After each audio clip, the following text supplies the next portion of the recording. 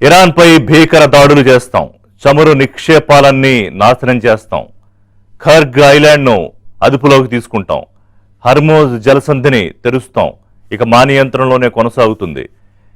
ఇది నిన్న అమెరికా అధ్యక్షుడు ట్రంప్ ఇరాన్కి బెదిరింపులు. దీంతో మొత్తం మళ్ళీ వరల్డ్ అంతా ఒక టైంలో కొంత టెన్షన్కి గురైంది. అంటే మళ్ళీ మొదటికి వచ్చిందా? ఫిబ్రవరి 28 నాడు యుద్ధం మొదలైన పరిస్థితే మళ్ళీ మొదటికి వస్తోందా? దాదాపు ఇన్ని రోజులు 110-120 రోజులు జరుగుతున్నా కూడా అని కొంత కలవరపాటుకు గురయ్యారు. ఏప్రిల్లో సీజ్ ఫైర్ ప్రకటించినప్పటికి కూడా దాడులు కొనసాగుతూనే ఉన్నాయి. గత కొద్ది రోజులుగా అయితే ఇరాన్ మీద అమెరికా విరుచుకుపడుతోంది. ఇరాన్ మీద, అక్కడ నౌకాదళాల మీద, ఒమన్ దగ్గర నౌకల మీద చేసిన దాడుల్లో భారతీయులు కూడా చనిపోయారు, 3 భారతీయులు. అందులో ఒక తెలుగు నావికుడు సురేష్ కూడా చనిపోయారు, విశాఖకి చెందిన ఆయన. సో దాడులు కొనసాగుతున్నాయి, చమురు క్షేత్రాల మీద కొనసాగుతున్నాయి. ఇరాన్ కూడా ప్రతీకార దాడులు చేసింది. అంటే మేము కూడా దాడులు చేయగలమని చెప్పడానికి ఇరాన్ మొదటి నుంచి చేస్తోంది. బహ్రెయిన్, మిగతా గల్ఫ్ నేషన్స్లో అమెరికా స్థావరాల మీద దాడులు చేసింది, అలాగే చమురు నిక్షేపాల మీద కూడా దాడులు చేసింది. సో దాదాపుగా మళ్ళీ ఇక మొదటికి వచ్చేసింది యుద్ధం అనుకున్న పరిస్థితుల్లో ట్రంప్ మళ్ళీ ఒక ప్రకటన చేశారు. ఒకవేళ ఈ ప్రకటన నిజమైతే అందరూ ఊపిరి పీల్చుకున్నట్టే. అదేంటంటే వార్ ఈజ్ ఎండెడ్, యుద్ధం అయిపోయింది, యుద్ధం ముగిసిపోయింది. ఇరాన్తో ఒక అద్భుతమైన డీల్కు అంతా సమాయత్తం అయిపోయింది. అతి త్వరలోనే జేడీ వాన్స్ నేతృత్వంలో యూరోప్లో సంతకాలు జరుగుతాయి. ఒక గొప్ప నిర్ణయానికి వచ్చాము, ఒక అద్భుతమైన డీల్ జరగబోతోందని చెప్పారు. కానీ ఇదే ఫస్ట్ టైం ఆ ట్రంప్ ఈ మాట చెప్పడం.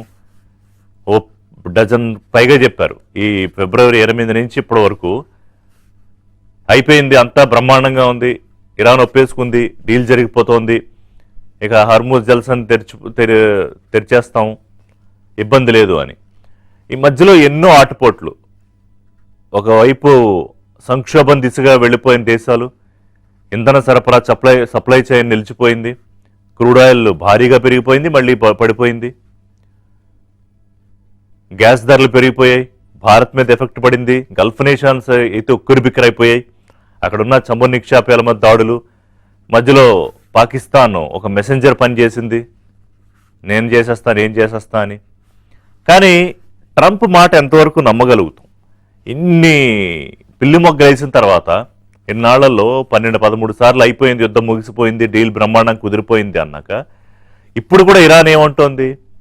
ఇది ఊహాగానమే అని కొట్టిపడేస్తోంది. అంటే ఎస్, ఒప్పందానికి సంబంధించి చర్చలు జరిగిన మాట వాస్తవం, దాదాపుగా ఒక ఎంఓయు అంటే అంగీకార పత్రం కుదురుతోన్న మాట వాస్తవం. కానీ మేము ఇంకా ఒప్పుకోలేదు అని ఆ దేశానికి సంబంధించిన విదేశాంగ ప్రతినిధి ఇస్మాయిల్ బఘాయ్ ఆయన చెప్పాడు. ఇంతకుముందు కూడా ఇదే సీన్ రిపీట్ అయింది, ఇదే సీన్ వచ్చింది ఇంతకుముందు కూడా. అంతా అయిపోయిందని ట్రంప్ చెప్పడము, మేము ఒప్పుకోలేదు ఇరాన్ అనడం. మరి ఈసారి మాత్రం గ్యారంటీ ఏంటి? ఈసారి మాత్రం ట్రంప్ మాటలు ఎలా నమ్మాలి? అంటే ఒక 3-4 గంటల్లోనే అంతా అయిపోయింది, ఇరాన్ అసలు మొత్తం వెనిజులా లాంటి పరిస్థితి తీసుకొస్తామన్నారు. అంటే వెనిజులా ప్రెసిడెంట్ని కిడ్నాప్ చేసి పట్టుకుపోయారు కదా. సో అలాగే ఇక్కడ కిడ్నాపులు చేయడానికి ఏం లేదు, ఆల్రెడీ ఇక్కడ సుప్రీం లీడర్ ఖమేనీని చంపేశారు, తర్వాత మొత్తం టాప్ లీడర్షిప్ అంతా ఎలిమినేట్ చేశారు. ముస్తఫా ఖమేనీ ఉన్నాడా లేదా అనేది ఇప్పటికీ సందిగ్ధం. ఉన్నా కూడా ఆయన పూర్తిగా దెబ్బతినిపోయి ఉన్నాడని. సో అక్కడ నిర్ణయాలు ఎవరు తీసుకుంటున్నారో తెలియదు. ఇరాన్లో దాడులు మాత్రం ఆగలేదు. గల్ఫ్ నేషన్స్ మీద దాడులు చేశారు, అమెరికాకి గట్టిగా సమాధానం చెప్పారు, దాడులు కొనసాగిస్తూనే ఉన్నారు. ఈ టైంలో ట్రంప్ చేసిన ఈ ప్రపోజలు, అంటే డీల్కి సంబంధించిన ప్రపోజల్ ఆయనే చేస్తారు, యుద్ధం ముగిసిపోయిందని ఆయనే ప్రకటిస్తాడు. అంటే యుద్ధం మొదలుపెట్టింది ఫిబ్రవరి 8న ట్రంపే. ఈ మొత్తం వ్యవహారంలో ఇంకో కీలక పాత్రధారు ఉన్నాడు, నెతన్యాహు, ఇజ్రాయెల్ ప్రధాని. తాజాగా 2-3 రోజుల క్రితమే ట్రంప్ చెప్పినా కూడా నెతన్యాహు ఈ యుద్ధాన్ని ఆపడానికి ఒప్పుకోవట్లేదని. ఎందుకంటే ఇరాన్ పూర్తిగా నిర్వీర్యం అయిపోవడమే నెతన్యాహుకి, ఇజ్రాయెల్కి కావాల్సింది. సో అది పూర్తిగా జరగకుండా యుద్ధాన్ని ఆపడం ఆయనకి ఇష్టం లేదు. ట్రంప్ ఈ మొత్తం నెక్సస్ ఈ యుద్ధం నుంచి ఎప్పుడు బయటపడదామా అని ఆయన చూస్తున్నాడు. ఎందుకంటే ట్రంప్కి పూర్తి స్థాయిలో వ్యతిరేకత వచ్చేసింది అమెరికాలో. దాని మీద పెద్ద పెద్ద నిరసనలే జరిగాయి. అక్కడ సంక్షోభం వచ్చిన పరిస్థితి. ఇంధనం ధరలు అయితే దాదాపు 48-50% పెరిగిపోయాయి. అంటే అసలు మనకు అవసరం లేని యుద్ధం ఎందుకు చేస్తున్నాడు ట్రంప్ అని అమెరికాలో ఒక పెద్ద వ్యతిరేకత మొదలైంది. సో ఆ ఇంపాక్ట్ ప్రపంచ దేశాల్లో పడింది. దీంట్లో రష్యా ఇన్వాల్వ్ అయింది, చైనా మాట్లాడడానికి ప్రయత్నం చేసింది, ట్రంప్ చైనాకు వెళ్ళాడు, ఆ తర్వాత క్లారిటీ వస్తుంది అనుకుంటే రాలేదు, భారత్ మీద ప్రభావం పడింది. సో ప్రపంచంలో పెద్ద దేశాలు టెన్షన్ పడ్డాయి, దీనివల్ల ఇబ్బంది పడ్డాయి. చిన్న దేశాలు అయితే ఈ సప్లై చైన్ ఏదైతే ఆగిపోయిందో దానివల్ల చాలా ఇబ్బందులు పడ్డాయి. సో ఇవాళ ఇప్పుడు పరిస్థితి ఏంటి? ఇప్పటికీ కూడా దాడులు కొనసాగుతూనే ఉన్నాయి. ఈ మధ్య ఒక 2-3 గంటల నుంచి ఏమన్నా ఆగుండొచ్చు, కానీ భీకరమైన దాడులు జరుగుతూనే ఉన్నాయి అమెరికా వర్సెస్ ఇరాన్ మధ్య. ఒకవేళ ఇప్పుడు ఇందులో ఇజ్రాయెల్ ఏమంటుంది, నెతన్యాహు ఆఫీసు నో డీల్కి సంబంధించి మాకేం తెలియదు, మేము ఇందులో పార్ట్నర్ కాదు, భాగస్వామి కాదు అని. అంటే ఇప్పుడు అమెరికా ఇరాన్ ఒప్పుకున్నా మొదలుపెట్టిన ఇజ్రాయెల్ ఒప్పుకోకపోతే ఇజ్రాయెల్ దాడులు చేస్తుంది ఇరాన్ మీద, మళ్ళీ ఇరాన్ తిరిగి ప్రతీకార దాడులు ఇజ్రాయెల్ మీద చేస్తుంది. అప్పుడు యుద్ధం ఆగినట్టు ఎక్కడవుతుంది? సో యుద్ధం నుంచి అమెరికా బయటికి వెళ్ళాలనుకుంటోంది. ఒకవేళ ఇజ్రాయెల్ ఒప్పుకోకపోతే ఇది ఏకపక్షంగా అమెరికా తీసుకున్న నిర్ణయమే అవుతుంది. ఇరాన్ కూడా ఒప్పుకోకపోతే ఆ డీల్ ఏముండదు. డీల్ అవ్వాలంటే ఏంటి? మా సార్వభౌమాధికారాన్ని మీరు గౌరవించండి, యుద్ధం వల్ల జరిగిన నష్టాన్ని మాకు మీరు తిరిగి కట్టండి, మళ్ళీ మా మీద ఎప్పుడు దాడులు చేయమని గ్యారంటీ ఇవ్వండి. ఇది ఇరాన్ అడుగుతోంది. అమెరికా పెట్టిన ఆంక్షలు ఏంటి? మీ దగ్గర శుద్ధి చేసిన యురేనియం మొత్తం అంతా మాకు ఇచ్చేయండి, లేదంటే ఏదన్నా న్యూట్రల్ ప్లేస్లో పెడదాము అని చెప్పి ప్రధానంగా వాళ్ళు అక్కడ కండిషన్ పెట్టారు. సో ఇద్దరి మధ్య ఒక ఏకాభిప్రాయం రాకుండా డీల్ కుదిరే అవకాశమే లేదు. సో యుద్ధం ఇంతకీ ముగిసినట్ట లేనట్ట? అదేంటి అమెరికా అధ్యక్షుడు చెప్పాడు కదా యుద్ధం ముగిసిపోయిందని, అంటే ఇంతకుముందు కూడా చాలాసార్లు చెప్పాడు ఆయన, అందుకే అనుమానాలు. బట్ ఈసారి ఇంతకన్నా భిన్నంగా ఉంటుందా? త్వరలోనే ఒప్పందం మీద సంతకాలు జరుగుతాయా? స్ట్రైట్ ఆఫ్ హార్మూజ్ మళ్ళీ నార్మల్ స్థితికి చేరుకుంటుందా? ఇంధన ధరలు స్టేబుల్ అవుతాయా? గ్యాస్ ధరలు స్టేబుల్ అవుతాయా? మన మీద ప్రభావం తగ్గుతుందా? ఇవన్నీ కూడా మాట్లాడాల్సిన అంశాలు డిస్కస్ చేద్దాం. ప్రముఖ అంతర్జాతీయ పత్రికలు, ఛానళ్లు Iran says no final decision made on deal that Trump hopes could be signed soon. Reuters పత్రిక అంటే ఇరాన్ నుంచి ఇందాక మనం చెప్పుకుంది ఎటువంటి అంగీకారం రాలేదు అని. వేరే CNN చూస్తే Trump says US ended the war, Iran hasn't confirmed A deal. Same అంటే ఆయన అయిపోయిందని చెప్పేస్తున్నాడు, కానీ ఇరాన్ వైపు నుంచి వాళ్ళు ఏం మాట్లాడట్లేదు. Trump says deal to end Iran war is close after calling of strikes. ఇది BBC. ఇంకా అన్ని దాదాపుగా మన జాతీయ పత్రికలు అన్నింటిలోనూ కూడా వచ్చాయి. సో డాక్టర్ పెంటపాటి పుల్లారావు గారు ప్రముఖ విశ్లేషకులు, అంతర్జాతీయ నిపుణులు, సంజయ్ పులిపాక్ గారు విదేశీ వ్యవహారాల నిపుణులు, విశ్లేషకులు, పాపారావు గారు ఆర్థిక రంగ నిపుణులు, పొలిటికల్ అనలిస్ట్. నమస్కారం అండి ముగ్గురికి. చాలా రోజుల తర్వాత మళ్ళీ మీ కాంబినేషన్ మేబీ ట్రంప్ ప్రకటన ద్వారా మళ్ళీ మరొకసారి తెర మీదకి వచ్చింది. పుల్లారావు గారు చెప్పండి. ట్రంప్ గారు మొట్టమొదటిసారి కాదు, ఆయన ఇది 12సారో 13సారో అయిపోయింది యుద్ధం, ఏది మొదలుపెట్టిన ఇన్ని రోజుల్లో అయిపోయింది అని పాపం ఆయన బయటకు వద్దాం అనుకుంటున్నాడు. కానీ ఇరాన్ ఇప్పుడు కూడా లేదు, ఇంకా మేమేమీ ఓకే చెప్పలేదు, ఇంకా ఆలోచించుకుంటున్నాం. అయితే ఒప్పందం అయితే ఎంతో కొంత ఖరారు అవ్వడం మాత్రం ఖాయమైనట్టు కనిపిస్తోంది. అయితే ఈయన వైపు నుంచి ఈయన సంబరాలకి, JD వాన్స్ సంతకాలకి సిద్ధమయ్యాడు ట్రంప్. ఏంటి సార్ స్టేటస్ ఏంటి? ఏప్రిల్ 13 నుంచి ఈ వేళకి ట్రంప్ 36 సార్లు యుద్ధం అయిపోతుంది అన్నాడని రికార్డు ఉన్నది. రికార్డ్ 36 సార్లు అంటే లైట్ గా తీసుకుంటున్నాం, కానీ కరెక్ట్ కాదు. ఆయన కూడా మానసికంగా ఇరాన్ మీద ఆడుతున్నారు.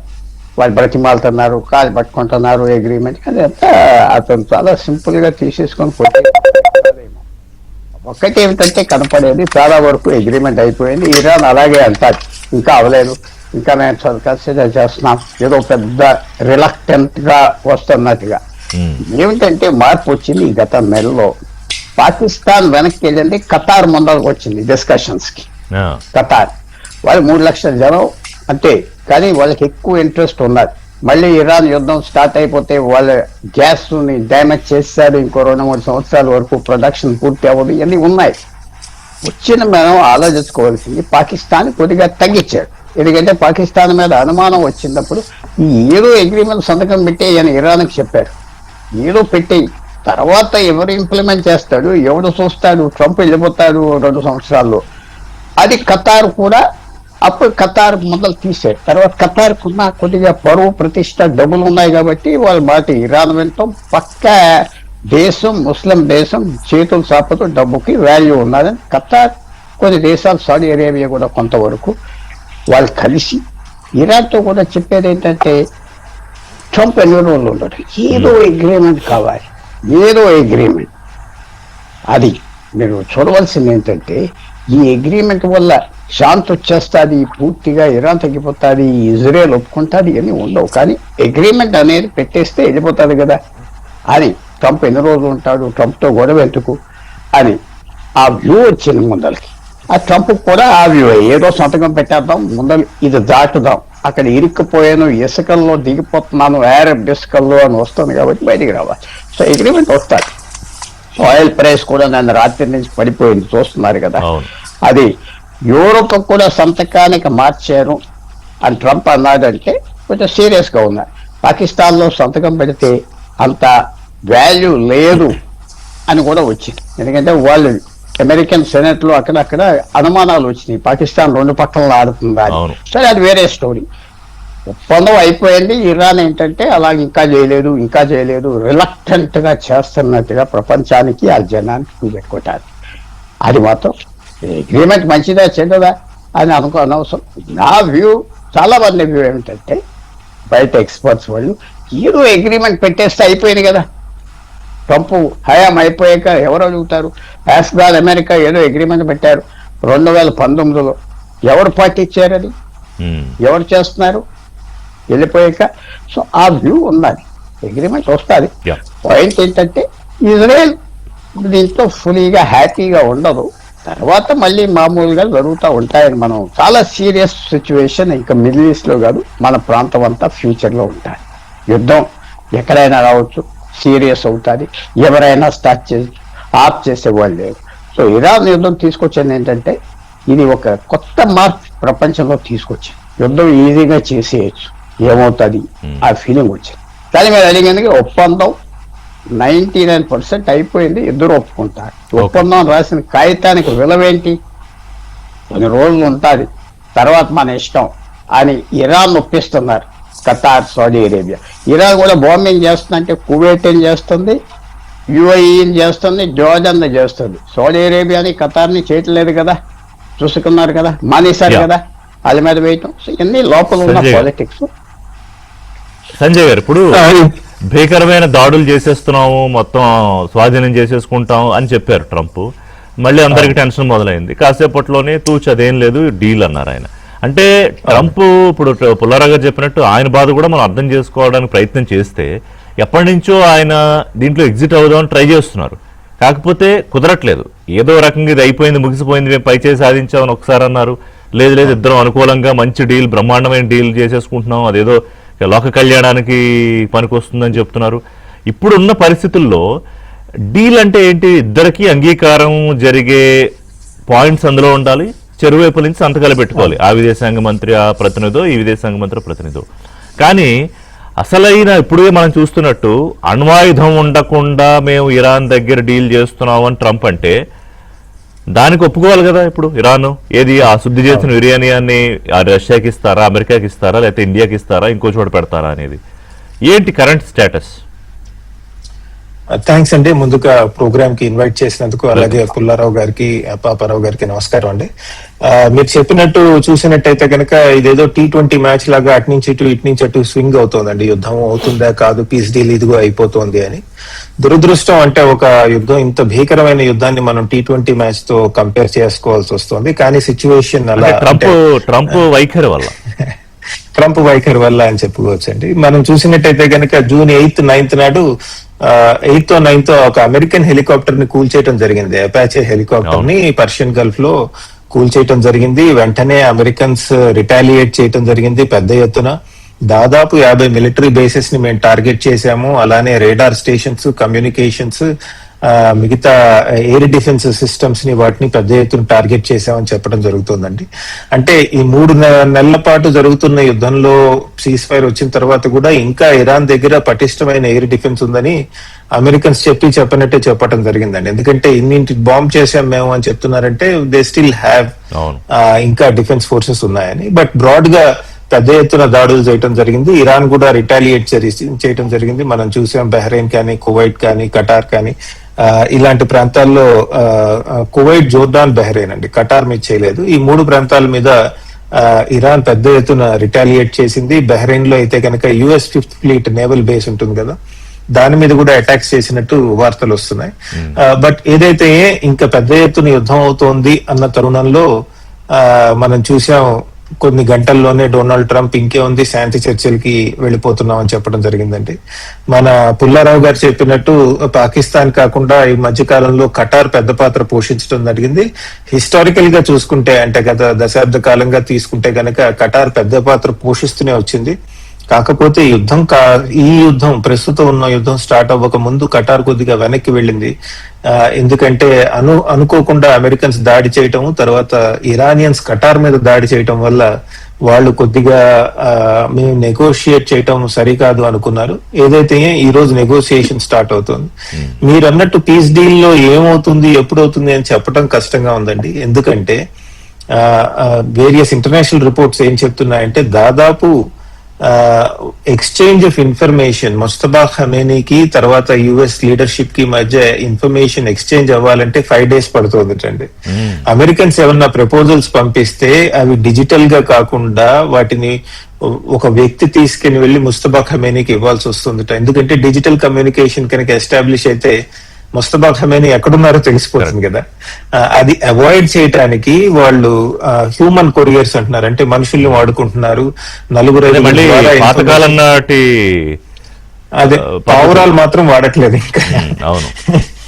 బట్ దాదాపు అంత దూరం వెళ్తుందండి. టోటల్ టెక్నాలజీ అవాయిడ్ చేస్తుందిట ఇరానియన్ లీడర్షిప్. దానివల్ల నెగోసియేషన్స్ చాలా కష్టం అవుతున్నాయి. బ్రాడ్ గా చూస్తే కనుక ఇంతకు ముందుకి ఇప్పటికీ కనుక, అంటే నిజంగా ఇరాన్ తన పొజిషన్ మార్చుకుందా లేదా అన్నది చెప్పడం కష్టం గానీ, బట్ రిపోర్ట్స్ ప్రకారం చూసినట్టయితే కొద్దిగా ఇరాన్ తగ్గినట్టే కనబడుతోందండి. ఎందుకంటే ఇప్పుడు వస్తున్న రిపోర్ట్స్ ప్రకారము ఇరాన్ యొక్క డబ్బులు ఏవైతే ఉన్నాయో శాంక్షన్స్ చేయబడ్డాయి కదా వేరియస్ బ్యాంక్స్ లో ఉన్నవి, అక్కడ ఫైనాన్షియల్ ఇన్స్టిట్యూషన్స్, అవి మీరు రిలీజ్ చేస్తే మేము మిగతావన్నీ ఒప్పుకోవడానికి రెడీ అని ఇరాన్ అంటుందని.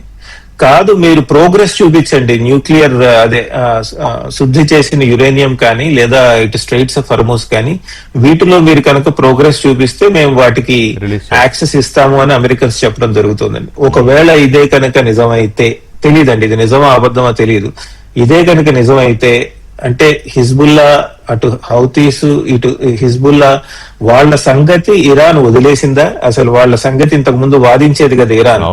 వాళ్ళని కూడా ఇజ్రాయెల్ కూడా వాటి మీద దాడులు ఆపటం ముఖ్యం అని వాదించే అంశం ఏదైతే ఉందో, లేదా అమెరికా పూర్తిగా తన మిలిటరీని మిడిల్ ఈస్ట్ నుంచి తీసేయాలి అని వాదించేది కదా. ఇలాంటి అంశాలని వదిలేసి కేవలం డబ్బుల మీద ఫోకస్ చేస్తుందా, తనకి రావాల్సిన డబ్బుల మీద ఫోకస్ చేస్తుందా ఇరాన్ అనే అనుమానం వస్తుంది. బట్ చూడాల్సిన విషయం, ఇందాక చెప్పినట్టు పుల్లారావు గారు యూరోప్ లో సిగ్నేచర్ పెడతారు, వెంటనే JD Vance వెళ్ళబోతున్నారు అని, అంటే ఒక షిఫ్ట్ కూడా వస్తోంది, సీరియస్నెస్ కూడా వస్తోంది నెగోసియేషన్ ప్రాసెస్ లో. అది ఎంతవరకు అవుతుందన్నది చూడాలి. వీకెండ్ కి, అంటే ఈ శని ఆదివారాల్లోనే సంతకం పెట్టచ్చు అన్న వార్తలు వస్తున్నాయి. బట్ మనం చూసాం ఇందాక చెప్పినట్టు, మీరు చెప్పినట్టు డొనాల్డ్ ట్రంప్ ప్రిడిక్ట్ చేయడం కష్టం చాలా. మళ్ళీ రేపు పొద్దున ఉన్నటువంటి దాడులు నడుపుతారేమో తెలియదు. మరి ప్రస్తుతానికైతే సిచ్యువేషన్ చాలా డెలికేట్ గా ఉంది, కానీ చాలా మంది హోప్ గొప్ప పరిష్కారం దిశగా వెళ్ళబోతోంది అని ట్రంప్ అంటున్నారు. డీల్ దాదాపుగా కుదిరిపోయింది, యుద్ధం ఆగిపోయింది అని. ఇరాన్ వైపు నుంచి అటువంటి సంకేతాలు ఏం లేవు. మరోవైపు ఇజ్రాయెల్ ప్రధాని నెతన్యాహు ఆఫీసు మాకు ఈ డీల్లో మేము భాగస్వాములు కావడం లేదని చెప్పడం. సో మూడు రకాల వైఖరులు, కొత్తగా ఏం లేదు, గతంలో ఉన్నదే కొంచెం అటు ఇటుగా ఉంది. సో ఏం జరిగే అవకాశం ఉంది? ముందుగా ఒక చిన్న విషయం మనం కొంచెం చెప్పుకోవాల్సింది. ముగ్గురు నావికులు, భారతీయ నావికులు అమెరికా జరిపిన దాడిలో మన నౌకల మీద, భారత నౌకల మీద, ఆయిల్ నౌకలు, సివిల్ నౌకలు, వాటి మీద జరిపిన దాడిలో భారతీయ నావికులు ముగ్గురు చనిపోవడం, దానిలో విశాఖపట్నానికి చెందినటువంటి పట్టాల సురేష్ ఆయన కూడా ఉండటం దురదృష్టకరం. ఆయన వాళ్ళందరికీ సంతాపం చెప్పుకోవాల్సిన అవసరం కూడా ఉంది. దానికి డైరెక్ట్ గా సంబంధం లేని వీళ్ళు కూడా దానిలో బలి కావటం మన వాళ్ళు. అదొకటి. రెండోది ఏంటంటే క్రూడ్ దాడులు ఈ వారం రోజుల్లోనే 4 రోజుల్లో ఈ 4 రోజుల్లోనే 3 నౌకల మీద దాడులు చేశారు. అమెరికన్ వార్షిప్స్ నుంచి కానీ అమెరికన్ వీళ్ళు కానీ. ఇది కండెమ్నబుల్. ఎందుకంటే చాలా పెద్ద ఎత్తున క్యాజువాలిటీస్ అవుతున్నాయి. 24 మందిని ఒమన్ వాళ్ళు రక్షించారు. ఒమన్ నావికా సిబ్బంది కానీ వాళ్ళు రక్షించారు మన వాళ్ళని. లేకపోతే ఇంకా ఎక్కువ ఉండే క్యాజువాలిటీస్ 21 మందిని రక్షించారు, 3 చనిపోయారు. సో ఇది దురదృష్టకరమైన పరిణామం. వాతావరణ ఎఫెక్ట్ అనేది డైరెక్ట్ గా మన మీద పెట్రోల్ డీజిల్ ఇట్లా కొరతలు లేకపోతే మన దేశీయ సమస్యలే కాకుండా యుద్ధంతో డైరెక్ట్ ఏమాత్రం సంబంధం లేని పౌర నౌకా రవాణాకు సంబంధించినటువంటి వాళ్ళు కూడా కలిగే పరిస్థితి మన వాళ్ళు కూడా రావటం అనేది. కాబట్టి యుద్ధాన్ని మనం బేసిక్ గా వ్యతిరేకించి తీరాలి. మామూలుగా ఏంటంటే హార్మూజ్ జలసంధి తెరవాలి అని డిమాండ్ పెడతాం పదే.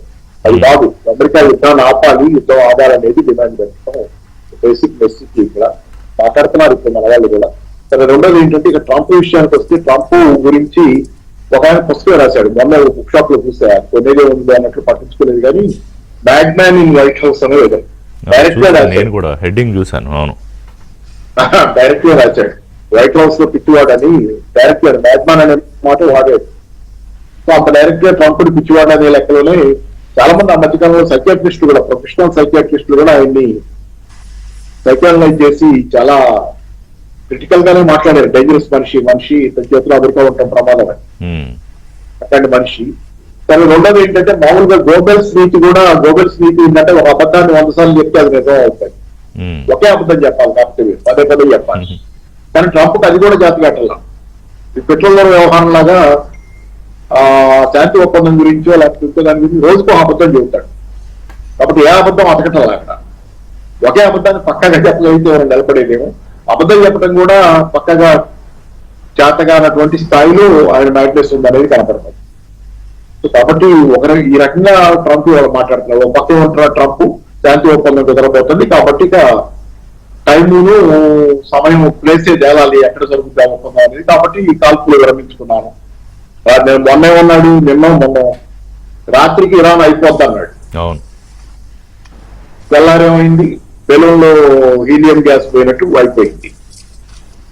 ఇంత దారుణమైనటువంటి అమెరికా స్థాయిని ట్రంప్ తన స్థాయినిగా దిగదార్చుకుంటారు. అమెరికా అధ్యక్షుడిగా అమెరికా నవ్వులపాలు చేసుకుంటున్నారు ట్రంప్. చూసి నవ్వుకుంటున్నారు. మనం చూసి సినిమాలో ఉంది కదా, మనం చూసి అందరు నవ్వుకుంటున్నానికి అర్థం కావట్లేదు. ఆ రకంగా అందరు నవ్వుకుంటున్నారు వాళ్ళు అమెరికా చూసి. చేతగాని తరం తాలూకు పరాకాష్ట. మరి అలా అని చేతులు ముడిచి కూర్చుంటారంటే అది లేదు. ఎగిరెగిరి పట్టడం, మళ్ళీ పూల పట్టడం. కాబట్టి ట్రంప్ తాలూకు వైఫల్యమే కాదు ఇది. ట్రంప్ ఒక జోకర్ గా తేలుతున్నాడు ఆఖరికి. మొదట్లో ఆ టారిఫ్ వేసినప్పుడు ఇవన్నీ చూసి ఆయన చూసి చాలా భయపడ్డారు. నిన్ను కూడా ఆయన మొన్న ఐ లవ్ ఇన్ఫ్లేషన్ అంటే మొత్తం అదంతా ప్రపంచవ్యాప్తంగా పెద్ద చర్చ అయింది కదా. ఏం మాట్లాడతాడు, చైనా మీద టారిఫ్ వేశాడు బెదిరించడానికి. వాళ్ళు ఎదురు తిరిగి ఆ రేర్ మినరల్స్ అవి ఉన్నాయి కదా ఆపేశారు. ఆపేసేసరికి తోక ముడుచుకొని టారిఫ్లు తగ్గించి మళ్ళీ చైనా దగ్గర పోయి రాజీ పడి మన చైనా పోతే చైనా అధ్యక్షుడు షేక్ హ్యాండ్ కూడా సరిగ్గా ఇవ్వాలి ట్రంప్ కి. ఇలా పెట్టి కూర్చున్నాడు. ఈయన పోయి చేయి దాటి ఆయన చేయి తీసుకుని మళ్ళీ రిటర్న్ వెళ్ళేటప్పుడు తైవాన్ లో మేమేం చేయలేము, 15,000 కిలోమీటర్లు పోయి మేము ఎక్కడ యుద్ధం చేస్తాము, ఆ వల్ల కాదు. అంటే ఎంత పతనం, ఎంత దిగజారుడు. ఒక దేశాన్ని ఇప్పుడు అమెరికా సామ్రాజ్యవాద దేశం అంటారు నేను వామపక్ష అర్థానిగా. నాకు నచ్చదు సామ్రాజ్యవాదం, కానీ గొప్ప దేశమే, చాలా సందేహం ఏంటి, చాలా గొప్ప దేశం అది. ఎంతమంది కలిసి నిర్మించిన దేశం. దాన్ని ఈ రకంగా పతనం చేస్తా పోతా దాని గౌరవాన్ని దిగదార్చేస్తాం. నా గౌరవం దిగదార్చి ఏమవుద్ది, రేపు పొద్దున డాలర్కి కూడా ముప్పిది. ఆయన గౌరవానికి కాదు, అమెరికా గౌరవానికి కాదు. రేపు పొద్దున డాలర్ ఇలాంటి పరిస్థితుల్లో డాలర్ వీకెన్ అయిపోతే, డాలర్ పతనం అయితే మొత్తం అమెరికన్ సిస్టమ్ మొత్తం కుప్పగూలి కోట్లాది మంది అమెరికన్లు, 35 కోట్ల మంది దాకా జనాభా ఉన్న దేశం. ఇప్పటికే 5 కోట్ల మంది పైన పేదరికంలో ఉన్నారు. అక్కడ తిండి కూడా దొరక్క ఉచితంగా క్యూలలో ఉంచారు. అన్నం పెట్టే చోట్ల సూప్ కిచెన్స్ అని ఉంటాయి. అన్నం తినే వాళ్ళు 5 కోట్ల మంది, ఇల్లు లేని వాళ్ళు ఎంతో మంది. ఏమో వాళ్ళు అమెరికా మొత్తం పరిస్థితి 35 కోట్ల మంది. సరే, వాళ్ళు ప్రపంచం మీద పడి తిన్నారు ఇన్నాళ్ళు, అది దానికి శిక్షణ అనుకునే వాళ్ళు ఉండొచ్చు, కానీ అది వేరే విషయం, చరిత్ర అయిపోతుంది. కానీ ఈ రోజు వాళ్ళందరి భవిష్యత్తుని పణం పెట్టి ఇష్టానుసారం చేస్తున్నటువంటి పరిస్థితి ట్రంప్ చేస్తున్నాడు. రెండోది, దీని అంతటి వెనక ప్రధానంగా ట్రంప్ ఈ విధంగా యుద్ధంలోకి దిగటం, దీని అంతటి వెనక ఉన్నది కొంత ఆయనకున్న పేద గౌరవంతో పాటుగా ఆయుధాల లాబీ ఉంది అమెరికాలో. ఆయుధాల లాబీకి యుద్ధాలు చేయకపోతే అవ్వదు. ఆ యుద్ధాలు చేస్తేనే ఆయుధాలు అమ్ముకోగలదు. అదొకటి ప్రధానమైన కారణం. రెండోది ప్రధానమైన కారణం ఏంటంటే నెట్ షూ చేయగలుగుతున్నాడంటే, ట్రంప్ చేయి నిలిపెట్టగలుగుతున్నాడంటే కారణం ఏంటంటే అమెరికాలో ఉన్న ఒక లాబీ, అమెరికన్ ఇజ్రాయేలీ పిఏసి అనేది. పిఏసి అంటే public affairs committee. American Israeli public affairs committee అనేది అమెరికాలో అత్యంత శక్తివంతమైన లాబీ. Powerful. అమెరికా అధ్యక్షుడు గాని, అమెరికా కాంగ్రెస్ సభ్యులు గాని ఎవరైనా దాని మాటకి లోబడి బతకాల్సిందే, పనిచేయాల్సిందే. లేకపోతే మళ్ళీ వాళ్ళని రెండోసారి గెలవనివ్వదు ఆ లాబీ. వాళ్ళ రాజకీయ భవిష్యత్తుని మొత్తం సమాధి చేస్తుంది. కాబట్టి అమెరికన్ ఇజ్రాయేలీ పబ్లిక్ అఫైర్స్ కమిటీకి భయపడి, వాళ్ళ దగ్గర విపరీతంగా డబ్బులు ఉన్నాయి, అమెరికాలో అత్యంత రిచెస్ట్, వాళ్ళ డబ్బులకి వాళ్ళ ప్రచారానికి మీడియా కూడా బహుశా వాళ్ళ చేతిలోనే ఉంటారు. భయపడి మనకి రాజకీయ భవిష్యత్తు ఉండదు వీళ్ళకి ఎదురు తిరిగితే అని కాంగ్రెస్ మెన్ గానీ, అంటే అమెరికా అంటే పార్లమెంట్ ట్రంప్ సభ్యులు గానీ, ఆయనంతటా ఆయన నిర్ణయాలు తీసుకోవట్లేదు అని చెప్పదలుచుకున్నారా మీరు? Trump is not acting on his own. A America అధ్యక్షుడు తీసుకోలేడు ఆ మాట. నేను చెబుతున్నా, ఇదే కాదు, ఈయనొక్కడే కాదు, ఏ అమెరికా అధ్యక్షుడు కూడా ఒక పరిమితి దాటి పోలేడు. నేషనల్ రైఫిల్ ఏజెన్సీ అసోసియేషన్ ఒకటి ఉంది. అంటే తుపాకులు, అమెరికాలో తుపాకులు ఆయుధాలు అమ్ముకునే కంపెనీల తాలూకు లాబీ. అది ఒక పవర్ఫుల్ లాబీ. మా ఆయుధాలు, పెద్ద ఆయుధాలు, ఈ దేశాల మీద యుద్ధాలు చేసే ఆయుధాలు, ఆయుధాలు అమ్ముకునే నేషనల్ డిఫెన్స్ లాబీ ఉంది, ఆర్మ్స్ లాబీ, అదో పెద్ద లాబీ. ఎన్ని లాబీలు, అమెరికా మొత్తం లాబీ చేతిలో ఉంటుంది. పెట్రోల్ లాబీ చేతిలో ట్రంప్ ఉన్నాడు కూడా. ఉన్నాడు పెట్రోల్ లాబీ చేతిలో. ఇన్ని లాబీల చేతిలో అమెరికా నడుస్తుంది. ఏ అమెరికా అధ్యక్షుడు స్వేచ్ఛగా ఉండగలడు? ఎవరో ఒక లాబీకి, ఏదో ఒక క్యాపిటలిస్ట్ గ్రూప్ కి వాళ్ళు పనిచేయాలి. నేనంటాం కాదు, ఇది అమెరికన్లకే తెలుసు. అమెరికాలో కేవలం 20-40% మంది దాకా, 30% మంది లోపు మాత్రమే మా గవర్నమెంట్ పరిపాలన మామూలుగా జరుగుతుంది అనుకుంటాను. మిగతా 70% పైన వాళ్ళు అమెరికాలో కార్పొరేట్ లో నడిపిస్తున్నాయి మా దేశాన్ని అమెరికా ప్రజలను నమ్ముతున్నారు. ఇది ప్రజాస్వామ్యం కాదు, ఈ దేశాన్ని నడిపించేది కార్పొరేట్ ధనవంతులని అమెరికా ప్రజలు మెజారిటీ, అత్యంత పెద్ద మెజారిటీ నమ్ముతున్నారు. ఇప్పుడు నేను చెప్పేది ఏముండాలి, అదే అమెరికా అధ్యక్షుడికి ఫ్రీడమే ఉంటుంది, వాళ్ళు చెప్పినట్టు. కాకపోతే ఏ లాబీ చేతిలో ఉంటాడనేది ప్రశ్న. రకరకాల లాబీలు ఉంటాయి కాబట్టి ఏ లాబీల చేతిలో ఉంటాడు? బిడెన్ ఉంటే ఈ పెట్రోల్ లాబీ చేతిలో ఉంటాడు కాబట్టి ఆయన గ్రీన్ ఎనర్జీ కోసం పనిచేస్తాడు. పెట్రోల్ లాబీ చేతిలో ఉన్న ట్రంప్ పెట్రోల్ కోసమే పనిచేస్తాడు. పొల్యూషన్ లేదంటాడు, ఎన్విరాన్మెంటల్ దీని నుంచి విడ్రా అవుతాడు. ప్యారిస్ రికార్డు ఉంది కదా, దాని నుంచి బయటకు వెళ్ళిపోతాడు. కాలుష్యం అనేది ఒకటి అబద్ధం అంటాడు. ఎందుకంటే పెట్రోల్ లాబీ నడవాలి, ఆయన వెనుకున్న పెట్రోల్ లాబీకి ఆయన జవాబుదారు. రకరకాల లాబీ చేతిలో నడుస్తుంది. ఇప్పుడు సరే, ఈ కారణాలన్నీ ప్రభావితం చేస్తూ ఉంటే ఉండవచ్చు, కానీ వాళ్ళ ఇరాన్ విషయంలో కూడా ఇన్నిసార్లు అటు ఇటు ముందుకి వెనక్కి, ఇందాక ఆయన చెప్పినట్టు పుల్లారావు గారు 30 సార్లు 33 సార్లు యుద్ధం అయిపోయిందని, లేకపోతే డీల్ కుదిరిపోయిందని, లేదు మళ్ళీ దాడులు చేస్తామని, డీల్ కుదరపోతే మళ్ళీ దాడులు ఉంటాయని. సో ఈసారి అంతేనా, లేకపోతే అంతకన్నా భిన్నంగా నిజంగానే ముగింపుకు వచ్చినట్టు కనిపిస్తుందా? తెలియదు, మనం చెప్పలేము. ట్రంప్ మాటలు బట్టి మనం ఏం చెప్పలేము. ఏ ఉపాధ్యక్షుడు జేడీ వ్యాన్స్ చెప్తే మనం కొంత నమ్మొచ్చు. అంటే ట్రంప్ పిచ్చి కూడా ఉంది కదా ఈ మాటల వెనక. అమెరికా అధ్యక్షుడు స్వతంత్రుడు కాదు, అది వేరే విషయం. ఎవరు కాదు, ఒబామా కాదు, ఎవరు కాదు, ఆ మాట వస్తే ఎవరు కాదు, అది వేరే విషయం. కానీ అసలు ట్రంప్ పిచ్చివాడు అనే మాట కూడా ఉంది కదా. ఏ మాట ఎప్పుడు మాట్లాడతాడో తెలియదనే మాట కూడా ఉంది కదా. అట్లాంటి వాడి చేతిలో పడిన తర్వాత ఈ మాటలన్నీ మనమే నమ్ముతాం. జేడీ వాన్స్ మాట్లాడమనండి మనం నమ్మకం. జేడీ వాన్స్ ఇంకో వాళ్ళు అమెరికాలో మేజర్ గా రెస్పెక్టబుల్ కొంతమంది ఉన్నారు. వాళ్ళు ఎంత అస్వతంత్రులు, స్వతంత్రత లేని వాళ్ళు. ఆయన జేడీ వాన్స్ నే అతనికి యుద్ధం ఇష్టం లేదు ఏదో అన్నాడు కదా, పిరికివాడు ఏదో అన్నాడు కదా. అతను యుద్ధాల్లో పాల్గొన్నాడు, అతనికి తెలుసు యుద్ధం తాలూకు కష్ట నష్టాలు. అతనికి యుద్ధం తాలూకు కష్ట నష్టాలు తెలుసు. అతనికి ఇష్టం లేదు యుద్ధం. ఇతను ఏంటంటే వెనుజులా హ్యాంగ్ ఓవర్ ఉంది కదా, వెనుజులాలో ప్రపంచం అంతా ఆశ్చర్యపోయింది, నివైపోయి. అంటే ఒక విలన్ కి ఏముంటది, చేసిన చెడ్డ పనులే వాళ్ళకి హీరోయిజం.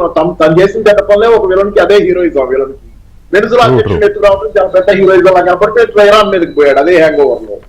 కానీ ట్రంప్ వేరు, జేడీ వాన్స్ వేరు. జేడీ వాన్స్ యుద్ధాలు చూశాడు, దానిలో కష్ట నష్టాలు ఎట్లా ఉంటాయి, బాధలు అనేవి తెలుసు అని వేరు కొంత. ఓకే, చిన్న బ్రేక్ తీసుకుందాం. బ్రేక్ తర్వాత మాట్లాడదాం మళ్ళీ పుల్లారావు గారితో. అంటే ఒకవేళ ఇప్పుడు ట్రంప్ చెప్పింది ఒకవేళ నిజం కాకపోతే కనుక, ఇరాన్ ఈ డీల్ ఒప్పుకోకపోతే మళ్ళీ పరిస్థితి మొదటికే వస్తుంది. అది భీకర యుద్ధానికి దారితీస్తుందా, లేకపోతే అటు ఇటు ఎక్స్చేంజ్ ఆఫ్ ఫైరింగ్ జరుగుతూ ఉంటుందా, మిసైల్ దాడులు జరుగుతూ ఉంటాయా?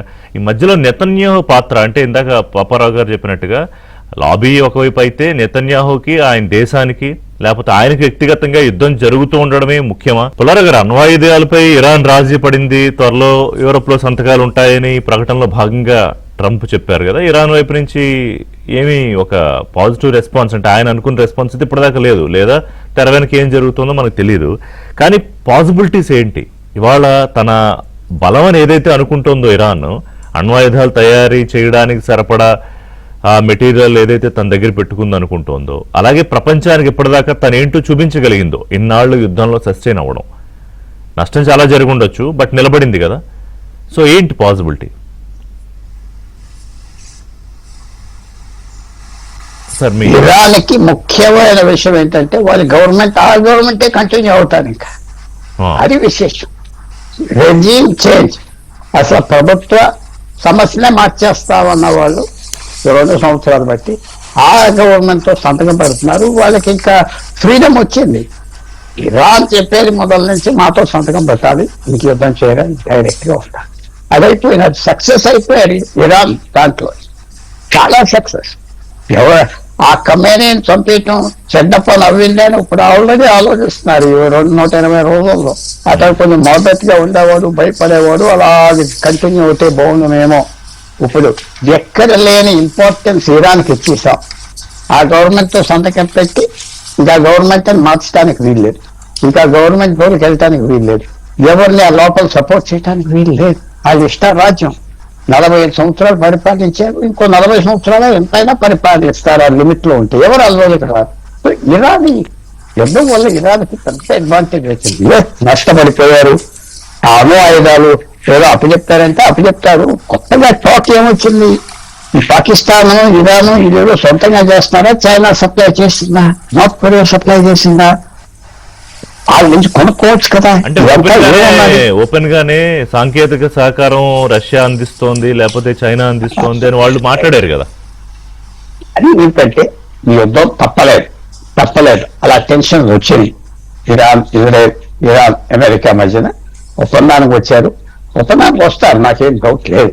ఎందుకంటే 1 గంట ముందర కూడా ఇరాన్ ఏమని రిలీజ్ చేసినంటే మాకు అందరినీ నిర్ణయాలు తీసుకునే వాళ్ళ ముందర ఈ కాగితాలు ఉన్నాయన్నారు. అంటే చాలా వరకు అయిపోయినట్లు లెక్కే. వాళ్ళు ఏదో వాళ్ళ దగ్గరికి వెళ్ళి కూర్చుని చేయటం కాదు, అయిపోయింది. వాళ్ళకి అడ్వాంటేజ్ అయిపోయింది కదా. ఇరాన్కి నష్టపడిపోయినా వాళ్ళకి అమెరికా ట్రంప్ ప్రెసిడెంట్ ఉన్నంత కాలం బిహేవ్ చేస్తారు. తర్వాత హార్మోన్స్ మారంటారు, రోజుకు 200 వాళ్ళు అవుతున్నాయి, డబ్బు ఇవ్వాలి అంటారు. ఎవరు ఆప్ చేస్తారు? సో అంతవరకు అగ్రిమెంట్ వస్తాయి. అంటే ఫ్యూచర్ నేను ప్రిడిక్ట్ చేయట్లేదు, ఫ్యూచర్ లో ఏదైనా అవ్వచ్చు, బట్ అగ్రిమెంట్ వస్తుంది 100%. ఈ అగ్రిమెంట్ కూడా ఫస్ట్ లో చెప్పింది ఏంటంటే మీరు అగ్రిమెంట్ పడేస్తే అయిపోయింది కదా అని ఇరాన్కి చెప్పటంలో ఒప్పుకుంటున్నారు. మీకు అన్ని సెటిల్ అవుతున్నాయి కదా, మీ ఫేవర్ లోనే కదా, మీ మీద మళ్ళీ రాడు కదా. అదే 400 కిలోగ్రాములు ఇస్తే మళ్ళీ తయారు చేసుకోవచ్చు. రోజుకి $500 million, $500 million అంటే 6,000-8,000 కోట్ల రూపాయలు రోజుకి ఆయిల్ అమ్ముకుంటున్నారు. అది 9 కోట్ల జనాభా, దాంట్లో 3 కోట్ల జనాభాకి లెక్కే లేదు. కూర్చోబెరిగి వాళ్ళకి నీళ్లు కూడా లేవు, సప్లై లేవు. ఒక ఆంధ్ర అంత రాష్ట్రానికి అంత డబ్బు వస్తుంది రోజు ఆంధ్ర. సో వాళ్ళు చాలా తర్వాత పనిష్మెంట్ ఎంతైనా తీసుకోగలరు. ఇంకో 1,00,000 మందిని పంపిస్తున్నా ఎవరు బయట మాట్లాడటానికి వీల్లేదు. అమెరికా ఒక్క సేలర్ పోతే అల్లరైపోతుంది. సో అగ్రిమెంట్ వస్తుంది, అందరికీ కావాలి ఎక్సెప్ట్ ఇజ్రాయెల్కి దీనివల్ల వచ్చిన లాభం ఏం లేదు. ప్రమాదమైన పరిస్థితిలో పడిపోయింది ఇజ్రాయెల్. ఇంకా ఎందుకంటే ఇప్పటి వరకు సౌదీ అరేబియా అందరూ ఇజ్రాయెల్ క్వైట్ గా సపోర్ట్. నిన్నగాక మొన్న ఆయన కొంచెం క్లాస్ పీకినట్టుగా నెతన్యాహుకి, నువ్వు ఒంటరివాడు అయిపోతావు ఇట్లా మొండిగా కూర్చుంటే అని. సరే ఒంటరివాడు అయిపోతావు. ట్రంప్ గాజా మీద పీస్, బోర్డ్ ఆఫ్ పీస్ ఏదో పెట్టారు, అందరూ మర్చిపోయారు కదా. 30 దేశాలు ఒక్కొక్కరు $1 బిలియన్ ఇవ్వని ఎవరు మాట్లాడుతున్నారు? ఇజ్రాయెల్ లాంగ్ టర్మ్ లో చూసుకునేది ఏంటంటే వాళ్ళు సర్వైవ్ అవ్వాలి. ఇప్పుడు అగ్రిమెంట్ అవ్వాక వాళ్ళ సర్వైవల్ ఛాన్సెస్ తగ్గినాయి. అంటే 100% తగ్గినది, 1% తగ్గిందా, 5% తగ్గిందా, చాలా ఆలోచనలు వస్తున్నాయి. ఇందాక మన మిత్రులు ఇద్దరు చెప్పింది, సంజయ్ గారు అండ్ పాపారావు గారు, అక్కడ పెద్ద లాబీలు ఉన్న యుఎస్ఏలో అందరి నుంచి ఆలోచనలు వచ్చేది. మన అడ్వాంటేజ్, ఇజ్రాయెల్కి ఉన్న అడ్వాంటేజ్ పోయింది, అది మరి ఎలా రిట్రీవ్ చేయాలి, ఏం చేయాలి, ఇవన్నీ అగ్రిమెంట్ సంతకం పెడతారు. యూరోప్ లో పెడతారు, ఎందుకంటే ఎక్కడో పాకిస్తాన్ లేకపోతే బంగ్లాదేశ్ లో, టర్కీలో పెడితే వాల్యూ ఉండదు. అగ్రిమెంట్ కొద్దిగా సబ్ స్టాండర్డ్ అగ్రిమెంట్ గా వస్తుంది, యూరోప్ తీసుకొస్తున్నారు. అది తీసుకొచ్చాక అది అందరూ ఎస్ అంటారు ట్రంప్ ఉన్నంత కాలం. తర్వాత రోజు రోజుకి ఇంట్రెస్ట్ పోతుంది. సో అందువల్ల ఇది అంటే మీరు అన్నట్టు ఒకసారి యుద్ధం ఆగిపోయాక పెద్దగా దీని మీద దృష్టి కూడా ఎవరికి ఉండదు కదా. దృష్టి ఉండదు. సౌదీ అరేబియా, ఖతార్ ఏంటి వాళ్ళకు ఫ్యామిలీ అది ఏమన్నా ప్రజాస్వామ్యం నుంచి వచ్చే ఇరాన్ ఏమంటుంది, మీరు 90 సంవత్సరాలు వాళ్ళ నష్టం సంగతి ఏంటి? ఈ 7 నష్టం ఉన్నది. మళ్ళీ ఆయిల్ ఒక 100 ఫ్యామిలీ సౌదీ అరేబియా కంట్రోల్ చేస్తున్నారు. ఖతార్ లో 1 ఫ్యామిలీ. ఆయిల్ బయటకు తీసేద్దాం ఈ 10 సంవత్సరాల్లో, మొత్తం ఆయిల్ తీసి అమ్మేద్దాం, ఆయిల్ ఎలాగో రిప్లేస్ అయిపోతుంది అని అన్ని దేశాలు ఆలోచనకు వచ్చారు. ఆయిల్ ఎంత తవ్వేయగలిగి ఎంత బయటికి తీసుకొచ్చేస్తే అది డబ్బు చేసుకుని పెట్టుకుందాం ఆ వ్యూకి వచ్చారు. వాళ్ళు పీస్ ఇరాన్తో గొడవద్దని వచ్చేసారు. ఇరాన్తో గొడవ మనకి దేనికని, మనకి దేనికి, ఏంటి తవ్వు, వాళ్ళు ఇల్లు సెటిల్ అవుతున్నారు. చాలా పెద్ద పాలిటిక్స్, వరల్డ్ పాలిటిక్స్ లో షిఫ్ట్ వచ్చారు. అమెరికా స్థానం తగ్గిందా పెద్ద ప్రశ్న ఈ యుద్ధం గురించి.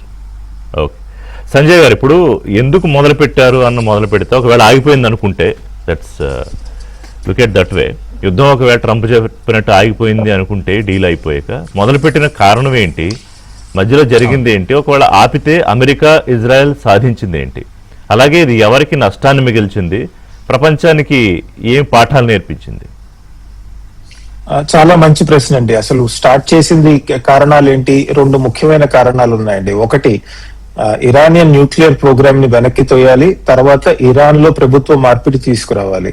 ఈ 2 ముఖ్యమైన అంశాల మీద స్టార్ట్ అయ్యారు. ఒక విధంగా చూసుకుంటే న్యూక్లియర్ ప్రోగ్రామ్ ని వెనక్కి తోసారా అంటే తోసినట్లే వెళ్ళినట్టే కనబడుతోంది. పెద్ద ఎత్తున వాటిని డ్యామేజ్ చేయడం జరిగింది. కానీ ఆ టెక్నాలజీ డెవలప్మెంట్ ఏదైతే ఉందో అది కేవలం ఇన్స్ట్రుమెంట్స్ ని బాంబ్ చేయటం వల్ల ఆగదండి. బికాస్ కేపబిలిటీ ఒకసారి వస్తే దాన్ని తొందరగా మళ్ళీ నిర్మించుకునే అవకాశం ఉంటుంది. సో దాన్ని ఎన్నాళ్ళు ఇరాన్ ని ఆపగలరు అన్నది చూడాల్సిన అంశం. కాకపోతే ఇరాన్ న్యూక్లియర్ ఇన్ఫ్రాస్ట్రక్చర్ ని చాలా పెద్ద ఎత్తున దెబ్బతీశారన్నది వాస్తవం. కానీ రేపు పొద్దున్న ఇరాన్ న్యూక్లియర్ వెపన్ డెవలప్ చేసే కేపబిలిటీస్ ఉన్నాయా? ఉన్నాయి. ప్రభుత్వానికి అటువంటి ఇంటెన్షన్ ఉంటుందా? ఇంతకు ముందు కంటే ఎక్కువ ఉంటుంది. ఎందుకంటే న్యూక్లియర్ వెపన్ నా దగ్గర ఉండుంటే గనక ఇటువంటి దాడులు నా మీద జరగవు కదా అని ఇరాన్ ఆలోచించేది. సో ఒక విధంగా చూస్తే నిజమే, ఇరాన్ న్యూక్లియర్ ప్రోగ్రామ్ కొంతకాలం వెనక్కి వెళ్ళింది. కాకపోతే కేపబిలిటీస్ ఉన్నాయి. ఇప్పుడు ఇంకా కోరిక పెరుగుతుంది కూడా ఇరాన్ లో, ఒకవేళ ఇదే రిజిమ్ కనుక కంటిన్యూ అవుతుంది. 2, ఈ రిజిమ్ ప్రభుత్వ మార్పిడి అంటున్నారు. వ్యక్తులు మారారు కానీ ఐఆర్జీసీ వ్యవస్థ లేదా అటు క్లరికల్ వ్యవస్థ, మత పెద్దల వ్యవస్థ అది అట్లానే ఉంది. ప్రభుత్వ మార్పిడి జరగలేదు. ఒకవేళ ఇందాక మన పుల్లారావు గారు చెప్పినట్టు ఒకవేళ పీస్ అగ్రిమెంట్ కనుక యూరోప్ లో సంతకం పెడితే ఒక సూపర్ పవర్ తో 3 నెలల పైగా యుద్ధం చేసి ఈ Iranian regime peace agreement Europe లో వెస్టర్న్ కంట్రీస్ లో సైన్ చేస్తోంది అంటే దాని యొక్క లెజిటిమసీ పెరుగుతుంది. అంటే 3 నెలల పాటు అమెరికన్ ఇజ్రాయెల్ బాంబింగ్ తీసుకుని రెజిమ్ సర్వైవ్ అయింది అంటే వాళ్ళు ఇంకా కాన్ఫిడెంట్ గా ఫీల్ అవుతారు. రేపు పొద్దున్న ప్రభుత్వం ఇంకా గట్టిగా నడిపే అవకాశం ఉంది. కాకపోతే అమెరికన్స్ ఏమి ఆలోచించవచ్చు అంటే ఇజ్రాయలీస్ కానీ ప్రస్తుతానికి పీస్ అగ్రిమెంట్ పెట్టి ఎలాగో అలా వెనక నుంచి ఈ ప్రభుత్వాన్ని పడేసే ప్రయత్నం చేయొచ్చా, ఆర్థికంగా ఇబ్బందులు పెట్టి ఈ ప్రభుత్వాన్ని పడేయచ్చా అన్నది ఆలోచించే అవకాశం ఉందండి. కాకపోతే ఇంకోటి మనం చూస్తున్నది ఏంటంటే అమెరికా వైఖరి మీద మిడిల్ ఈస్ట్ లో కూడా కొంత డిసప్పాయింట్మెంట్ వస్తుంది. ఒకటి, మీరు చెప్పకుండా యుద్ధం చేశారు, తర్వాత సంతకం పెట్టేప్పుడేమో మా ఇంట్రెస్ట్ మీరు తీసుకుంటున్నారా పరిగణలోకి అని ఒక ప్రశ్న వస్తుంది. మీరు చూడండి, గత వారంలో ఖటార్ సొంతగానే ఒక డెలిగేషన్ ని పంపించేసింది ఇరాన్ కి. సరే, ఖటార్ మధ్యవర్తిత్వం వహిస్తుంది అనుకోవచ్చు. యునైటెడ్ అరబ్ ఎమిరేట్స్ ఏదైతే చాలా అసంతృప్తిగా ఉందో ఇరాన్ వైఖరి మీద, యునైటెడ్ అరబ్ ఎమిరేట్స్ కూడా ఒక డిప్లొమాటిక్ డెలిగేషన్ ని పంపించింది ఇరాన్ కి. సో ఓవరాల్ గా తీసుకుంటే నిజమే న్యూక్లియర్ ప్రోగ్రామ్ వెనక్కి వెళ్ళటం జరిగింది కొద్దిగా, కానీ పూర్తిగా కాలేదు. ఇరానియన్ రెజీమ్ ఇంకా గట్టిగానే ఉంది. రేపు పొద్దున సంతకాలు పెడితే దాని యొక్క లెజిటిమసీ పెరుగుతుంది. స్థానికంగా ఉన్నటువంటి ప్రభుత్వాలు ఏవైతే ఉన్నాయో ఆ ప్రాంతంలో, ముఖ్యంగా అటు మిడిల్ ఈస్టర్న్ గల్ఫ్ కంట్రీస్ లో వాళ్ళు కూడా అమెరికా వైఖరి పట్ల కొద్దిగా డిసప్పాయింట్మెంట్ కనపడుతోంది క్లియర్ గా. ఇలాంటి పరిణామాలు చూసుకుంటే యుద్ధం స్టార్ట్ అయ్యే ముందు కంటే స్టార్ట్ అయిన తర్వాత ఇంకా కాంప్లెక్స్ గా అయిపోయింది మిడిల్ ఈస్ట్. అనుకున్న ఆబ్జెక్టివ్స్ పూర్తిగా సాధించలేదేమో అన్న అనుమానం వస్తుందండి. ఓకే, నెతన్యాహు విషయం ఏంటి? ఎందుకంటే ఆయన అనుకున్నది ఒకటి, ఇప్పుడు అది జరగకుండా పూర్తి అయిపోయినట్టు అవుతుంది కదా యుద్ధం, ఒకవేళ ఇప్పుడు కనుక క్లోజ్ అయితే. ఆ, ఒక విధంగా చూసుకుంటే నెతన్యాహు తన ఆబ్జెక్టివ్స్ కొన్ని అచీవ్ చేయడం జరిగిందండి. ఉదాహరణకి ఇరానియన్ మిజైల్ కేపబిలిటీస్ ని దెబ్బతీశారు, న్యూక్లియర్ ప్రోగ్రామ్ ని వెనక్కి తోయటం జరిగింది. కానీ రిజిమ్ చేంజ్ జరగలేదు పూర్తిగా. కాకపోతే ఈ ప్రక్రియ మొత్తంలో ఇజ్రాయెల్ తన కేపబిలిటీస్ ని చూపించగలిగిందండి. ఎక్కడో ఉన్న ఇజ్రాయెల్ పెద్ద ఎత్తున ఇరాన్ మీద దాడులు చేయగలిగింది. ఇరాన్ కూడా ప్రతి దాడులు చేసింది, కానీ ఇజ్రాయెల్ చేసినంత తీవ్రంగా చేయలేదు. రెండు, అటు హిజ్బుల్లాను కూడా పెద్ద ఎత్తున దెబ్బతీయటం జరిగింది.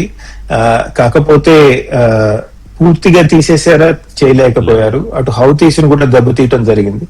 ఓవరాల్ గా తీసుకుంటే ఇజ్రాయెల్ విషయంలో ఎండ్ స్టేట్ అంటారు కదండి, ఒక యుద్ధం చేస్తున్నప్పుడు నేను ఈ స్థితికి చేరాలి అని ఎండ్ స్టేట్ అంటారండి. ఆ స్టేట్ క్లియర్ గా డిఫైన్ చేసుకుందా ఇజ్రాయెల్ అన్నది దాని మీద ప్రశ్నలు వస్తున్నాయి. బికాజ్ మీరు సదర్న్ లెబనాన్ లో కనుక బఫర్ జోన్ క్రియేట్ చేసే ప్రయత్నం నడుస్తోంది. అది ఎంతవరకు సక్సెస్ అవుతుందో తెలియదు, చూడాల్సిన అంశం అండి. పాపారావు గారు, సో ఒకవేళ యుద్ధం ముగిస్తే ఓకే, అందరికి కావాల్సింది అదే. యుద్ధాల వల్ల వనగూరేది ఏం లేదు, మన మీద కూడా ప్రభావం పడింది, అనవసరం కొంతమంది ప్రాణాలు పోయాయి. సరే, ఈ గ్యాసు కాస్త ఇంధనం, ఆయిల్, ఈ నిత్యావసర ధరలు కొంత ఈజ్ అవుతుంది ఆ Hormuz straight of Hormuz open అయితే. బట్ ఏం జరిగే అవకాశం ఉందని మీరు అనుకుంటున్నారు? ఒకటి, ఇరాన్ న్యూక్లియర్ క్యాపబిలిటీ చాలా తాత్కాలికంగా, అంటే అది శిథిలాల కిందకి పోయింది. ఇరాన్ న్యూక్లియర్ సైట్ మీద వీళ్ళు దాడి చేశారు, అది కొంత శిథిలాలు, అంటే అది కొంత పెట్టుబడి పడినట్టుగా న్యూక్లియర్ సైట్ మీద కొంత అతితో డిస్ట్రాయ్ అయింది. కానీ న్యూక్లియర్ లీకేజ్ ఏమి లేదనేది, రేడియేషన్ ఏమి లేదనేది కూడా ఇంటర్నేషనల్ అటామిక్ ఎనర్జీ ఏజెన్సీ కూడా చెప్పింది. కాబట్టి అది ప్రమాదకరమైన స్థితిలో లేదు. కానీ ఆ శిథిలాన్ని కనుక వాళ్ళు తొలగించుకోగలిగితే మళ్ళీ న్యూక్లియర్ ప్రోగ్రామ్ వాళ్ళు మొదలు పెట్టుకోవడానికి వాళ్ళకి కేవలం శిథిలాలను తొలగించి జాగ్రత్త చేసుకోవడం మాత్రమే వాళ్ళకు ఉన్నటువంటి ఇబ్బంది. వాళ్ళు చేయాలనుకుంటే న్యూక్లియర్ ప్రోగ్రామ్, ఏది సివిల్ న్యూక్లియర్ ప్రోగ్రామ్ ఎవరికి అభ్యంతరం లేదు. కానీ వాళ్ళు నిజంగా అణ్వాయుధాన్ని కోరుకుంటే అది కూడా మనం ఆపగలిగిన ఇప్పుడు లేదు. ఎందుకంటే ఇరాన్ లో జరిగింది ఏంటంటే, ఈ రోజు యుద్ధంలో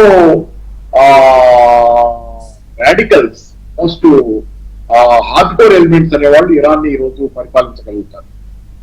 ముందు కొంత అమెరికాతో రాజీ పడదాం, మెత్తగా ఉందాం అనే ధోరణి కూడా ఉండేది ఇరాన్ లో. కొంత రెండు వర్గాలు ఉండేవి, హార్డ్ కోర్ కొంత ఇట్లా.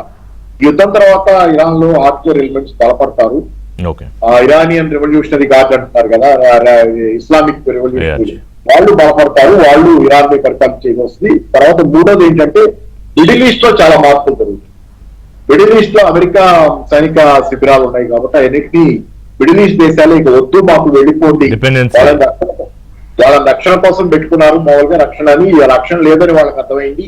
కాబట్టి ఏంటి, వాళ్ళున్నారు కాబట్టి అక్కడ దాడులు మొట్టమొదటి ఆ కారణంతో మొదలయ్యాయి, ఆ స్థావరాల దాడులతో. అక్కడ ఏంటంటే మిడిల్ ఈస్ట్ లో అవన్నీ వెళ్ళిపోతాయి. దాని ఎఫెక్ట్ మొత్తం మిడిల్ ఈస్ట్ నుంచి అమెరికా వెళ్ళిపోవాల్సిన అవసరమే కాదు, మిడిల్ ఈస్ట్ లో చాలా చేంజెస్ వస్తాయి. చైనా ప్రాబల్యం పెరుగుద్ది మిడిల్ ఈస్ట్ లో. ఇరాన్ ప్రాబల్యం పెరగని చైనా ప్రాబల్యం పెరుగుద్ది.